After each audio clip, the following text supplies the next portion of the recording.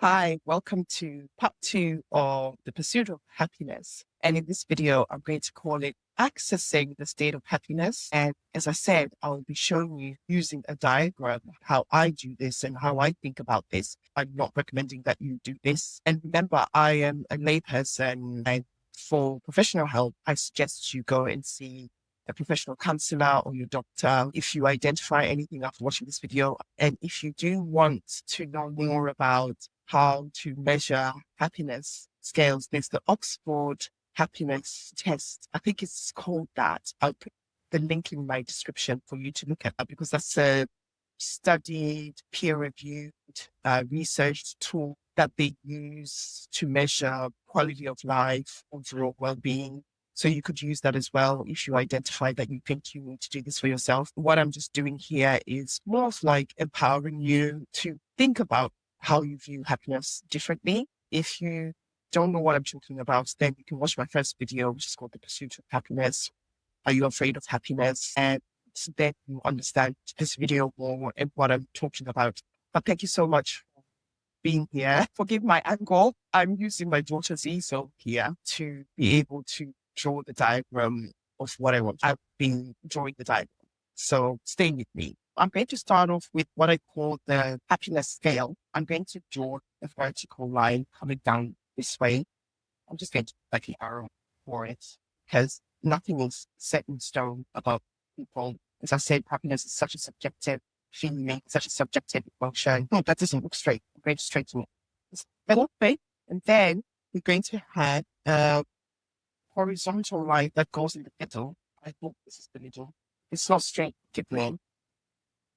And again, I'm going to put an arrow. Okay. So we're going to call this horizontal line by continue. And then this is the happiness scale. That's the measurement. So along this one, I'm going to have, so on this side, I'm going to try to do it inside because I don't want it to mess up what I've written here. So it should be plus, let's say 10, 20, 30, and let's just say this is plus 100. And then here we're going to have minus. So it should, so let's just say this is minus 100. So these are just numbers that I'm just using figuratively. You can alter it how you like if you want to try this for yourself. Remember, I'm just trying to explain the concept of happiness states using a diagram. You don't have to do this. Time continuum, I'm going to draw what I call peak and troughs. That's something that the healthcare nursing world comes up. So peak moments would be like your mountaintop experiences, your trough moments would be like valley experiences. So it's almost like your highs and your lows. So what we want to do is, let's say time continuum, it could be a day, it could be a month, a year, your life, 5 years, 10 years, whichever way you want to assess what you want to assess when it comes to happiness. It's almost like a timeline, but this we're talking about maybe. We're not talking about just significant events. We're talking about maybe with the morning and you feel amazing. Let's just say that peak, it's feeling amazing, you get yourself ready and roll this feeling of being happy. And then suddenly when you have to get out of the house to go to work, somehow this feeling starts to subside. You get into traffic or driving and something upsets you and you don't feel the happiest at that moment, but you don't really drink. You kind of stay here and you just, you just stay here. You're okay. So you're about past 10. Then you get to work, you meet your colleagues, you feel good, they tell you something goes a bit. Then as the workday continues, it becomes draining. Perhaps you don't, oh goodness, I don't know why I work here, I can't stand it. Then you start to go down, then how you start to feel drained, then you just feel bored and just, I can't wait for this day to end. But you kind of stay there, and then maybe you have your lunch or you see something that you really enjoy, that you love, it picks you up a little bit, you go, and then it's time to go home. So I'm so excited. You get home, you have dinner or you watch something fun, then it goes, you're so happy. Then suddenly you think about, oh my goodness, like it's going to work again tomorrow. And then sit down, you feel tired, but you kind of stay there. Then when go to bed, then think, oh gosh, or maybe let's say you argue with the people that you live with, or you hear bad news, it takes you down here, but then you go, oh, can't stay there because you say you wake up. Do you see what I mean? Like you get your peak moments or your mountain experience being peak, and these will be like your low moments for the most. Then another number here. You can apply this into any sort of scenario in your life that you are going from feelings or feeling. So when I say happy, remember I said happy is a myriad of emotions. Perhaps you're feeling really good. There's excitement, there's joy, there is pleasure, then here's a bit of sadness, and then you go up a little bit where you feel a little bit of a positive boost. Then you're going home again, you get a little bit excited, then you have an argument, it puts you in a bit of a dampened mood, then you think about work, it just makes you feel a little bit miserable, or you feel quite sad or something. Just an example, it doesn't apply to everyone. Then you get quite low, but then you think, oh, I'm going to perk myself up because I need it for tomorrow. Then you go to sleep. This is what I mean. Sorry, I keep looking at that as well because I want to explain. This is what I meant when I said there's a fleeting transient feelings of being happy. No one stays like this throughout. As you see, it's so variable. It changes. But this is not, in my opinion, extremely viable. And also, if you're a person, this is where the crux of this gets going. So if you're just coming into this video, I'm just diagrammatically showing like states of happiness and versus like fleeting, transient, momentary feelings of happiness. So let's put our time continually down here again because I don't want to miss what you're showing. Okay, so now, if you can imagine, if you think about it, even in our time continuum, if we're looking at happiness scale, are we all at zero? That's not true.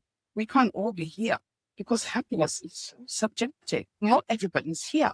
And I say this because when I think of my life, there's people that I think they're always happy. And there's people that I think, oh my goodness, they're always so dreary and so sad. I'm sure you get what I'm talking about. So it means that some people are never here at this baseline. They're either a little bit up here or they're a little bit down here. And when I'm saying this, please don't take it with judgment because you're the way you are for a reason. And one of the things about being happy is just loving who you are.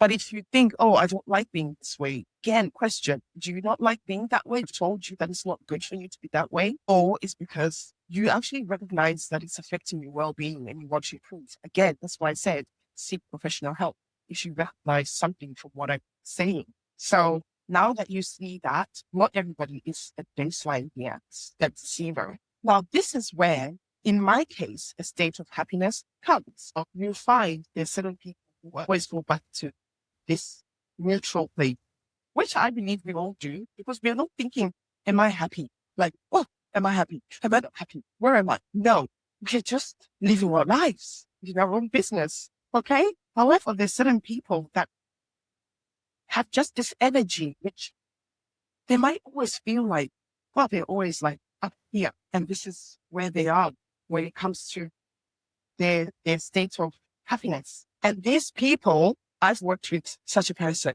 If I went to work and I met them and they were not there, I could feel it. And you'd see me ask them, what's the matter with you? You're not yourself. You're usually jolly, jovial, happy-go-lucky. What's going on? And they go, oh, I don't feel well. So guess what? They went below their baseline, their state of happiness, to a bit low. But didn't mean that they were not happy, right? You see? They were just experiencing something that was just a bit of discomfort. But yet I could feel in their energy that they're not at their state of happiness. And then, again, you also get certain people who, no matter what, everybody will be like, that person is so draining. Are they ever happy? They're always miserable. And please, I'm not making fun of anyone in this. Let's not include people with depression here. Because I'm talking about a normal person who walks about every day doing life. You don't have clinical depression. You've not been diagnosed with anything that affects your mental well-being, right? So you get these people who sometimes they're just down here. But also, the interesting thing is we get used to the fact that they're always down there. So we don't expect to see them up there. When I say we don't expect, I mean me. And when they do get up there, we're like, gosh, you're different. What happened? You're so happy. And then they could tell you, I was going through something, or, we had a new baby in our family and I'm so happy. Meaning, again, they can also experience some variations in happiness. despite the fact that their baseline is below this line. I hope this makes sense. And that's sort of like what I wanted to explain to show you that there are states of, I hope you can see that, of happiness. Wait, Barry. It's not always mountaintop experiences, neither is it always valleys. We all go through this. And you may be wondering, you could be wondering, why am I going on about this? It's because for me, this was a game changer. I recognized that for a long time, because I didn't allow myself to be happy, I wasn't even there. I was under there, and I struggled to then feel positively about things because I was always remaining here. And if you think I was in the minus section, so I was near the low section. That's why in my first video I talked about I had low-key depression. And I say low-key depression because I just wasn't allowing myself to be happy. I just wasn't allowing myself to enjoy things and to believe that I deserved to be happy and that it's okay to be happy for various reasons I explained in my first video. And when I allowed myself that, guess what happened? I started to shift. Let's take away this one. Let's go back to our red one. I started to shift and started to go up, up, up, up, up and experience things. And let me tell you, in those times, I used to have moments where I used to love and enjoy things. But as soon as those things stopped, I would be back down here again to this state, to this level. Well, I'll be thinking, gosh, why can't I just enjoy myself? How do I get out of this? But I shifted out of this when I finally said, no. What is it that you want? I want to be happy. What's going to make me happy? It's that choosing that, make choices that are like that person that you want to become. I'm not saying it's easy. It's difficult because if you try and shift from what you thought kept you safe, your brain, your ego is going to always bring alarm bells of, oh, you're not safe. Don't do that. But this is where you have to keep asking questions to get to the true answer. As I said, your heart will always know. Okay. So I hope that this makes sense. And thank you so much if you watched this one. And I just want to show you the scale. I'll bring that a little bit closer because I want to explain what these are. So in the peaks and troughs, as I said, they're your mountaintop,